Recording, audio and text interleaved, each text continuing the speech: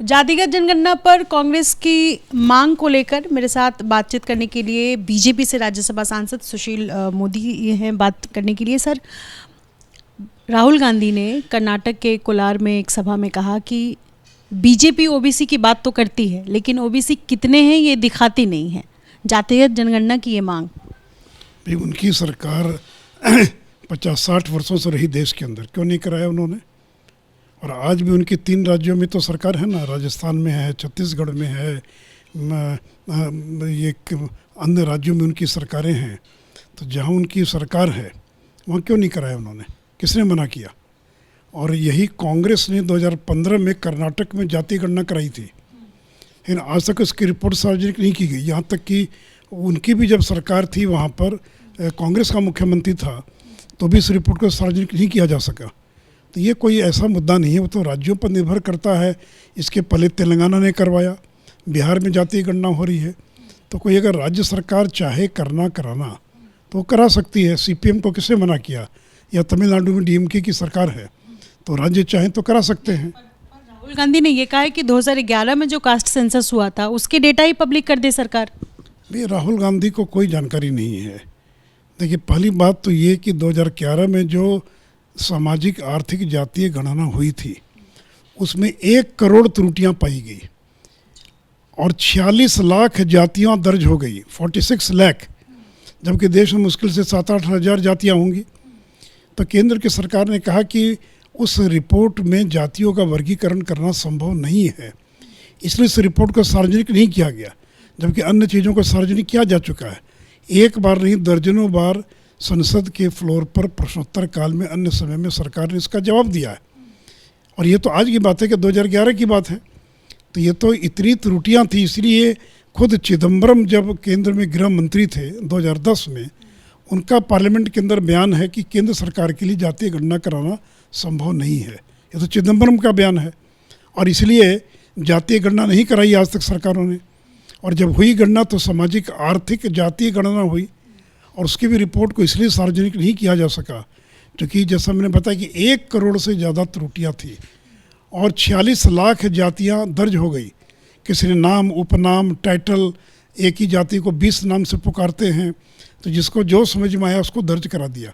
तो केंद्र ने भी एफिडेविट करके सुप्रीम कोर्ट में ये कह दिया कि केंद्र के लिए जातीय गणना कराना संभव नहीं है। लेकिन कांग्रेस अध्यक्ष मल्लिकार्जुन खड़गे ने भी कहा है कि 10 वर्षीय योजना होती है, 2011 के बाद 21 में, लेकिन 21 में नहीं हो पाया। लेकिन अब समय आ गया है कि सरकार जातीय जनगणना दोबारा कराए, तो मतलब एक बार फिर से कराए। तो सरकार खुलकर क्यों नहीं सामने आती? देखिए, सरकार क्या जवाब देगी मुझे नहीं मालूम है, लेकिन ये तो खुद गृह मंत्री रहते हुए कांग्रेस के चिदम्बरम का बयान है फ्लोर ऑफ द हाउस पर। मैं उसकी लाइन को पढ़ देता हूँ। उन्होंने कहा कि आज़ादी के बाद नीतिगत तौर पर अनुसूचित जाति जनजाति के अतिरिक्त किसी अन्य जाति की गणना को जनगणना में शामिल नहीं किया गया है। श्री चिदम्बरम ने आगे कहा कि रजिस्ट्रार जनरल ऑफ इंडिया का मत था कि जनगणना के साथ जातीय गणना कराने में अनेक लॉजिस्टिक और व्यवहारिक कठिनाइयां हैं और इससे जनगणना की पूरी प्रक्रिया अस्त व्यस्त हो जाएगी। ये तो खुद चिदम्बरम का बयान है। तो इसलिए केंद्र के लिए व्यवहारिक ही नहीं, संभव ही नहीं कराना। हाँ, अगर कोई राज्य जैसे उड़ीसा ने कराने का विचार किया है, तेलंगाना ने किया, कर्नाटक ने किया, बिहार कर रहा है, तो किसने मना किया? अगर छत्तीसगढ़ में कांग्रेस की सरकार है, क्यों नहीं कराया आज तक?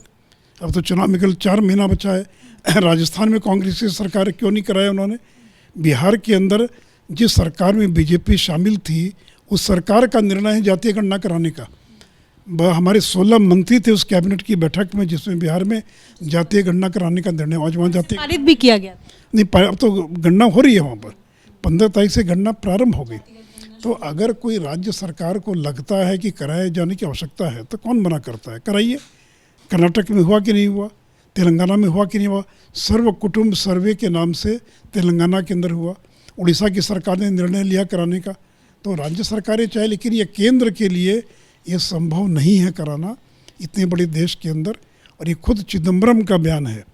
और 5,000 करोड़ खर्च करके 2011 में जब सोशो इकोनॉमिक कास्ट सेंसस कराया गया तो बाकी तो आंकड़े प्रदर्शित हुए, सार्वजनिक हुए, लेकिन जातीय आंकड़े इसलिए नहीं हो पाए कि 1 करोड़ से ज़्यादा त्रुटियां पाई गई और 46 लाख से ज़्यादा जातियों का नाम दर्ज हो गया। और इसलिए केंद्र की सरकार ने ये निर्णय लिया कि हम इसको सार्वजनिक नहीं करेंगे। तो इन लोगों को कुछ जानकारी, तो ये तो घोर ओबीसी विरोधी हैं। देखिए, भारतीय जनता पार्टी ने पिछड़ा वर्ग आयोग को संवैधानिक दर्जा दिया। इन्होंने क्यों नहीं दिया? इतने साल तक केंद्र की सरकार में थे। श्री बीके हांडी कांग्रेस के नेता थे, जो वेलफेयर ऑफ ओबीसी कमेटी के चेयरमैन थे। 3 बार उन्होंने 2011 में, 12 में, 13 में रिपोर्ट दिया संसद के सामने कि ये पिछड़ा वर्ग आयोग को संवैधानिक दर्जा दिया जाए, लेकिन कांग्रेस की सरकार ने कभी दर्जा नहीं दिया। ये तो जब नरेंद्र मोदी प्रधानमंत्री बने तब पिछड़ा वर्ग आयोग को संवैधानिक दर्जा दिया गया। ये तो मंडल कमीशन के विरोधी थे। राजीव गांधी ने संसद में बहस करते हुए मंडल कमीशन का विरोध किया था। क्यों नहीं मंडल कमीशन लागू किया कांग्रेस ने? क्यों वीपी सिंह को लागू करना पड़ा? और जिस सरकार का समर्थन भारतीय जनता पार्टी कर रही थी। तो देखिए, कांग्रेस का तो चरित्र हमेशा पिछड़ा विरोधी चरित्र रहा है। न इन्होंने कोई आयोग बनाया पिछड़ा वर्गों की समस्याओं का अध्ययन करने के लिए। वो आयोग किसने बनाया? मंडल कमीशन। मोरारजी देसाई जिस सरकार के प्रधानमंत्री थे, अटल बिहारी वाजपेयी जिस सरकार में मंत्री थे, उस सरकार ने मंडल कमीशन बनाया। 10 वर्षों तक रिपोर्ट को ठंडे बस्ते में डाल दिया। लागू किसने किया? कांग्रेस की सरकारों ने लागू नहीं किया। यह वीपी सिंह की सरकार ने मंडल कमीशन के 27% आरक्षण को लागू किया।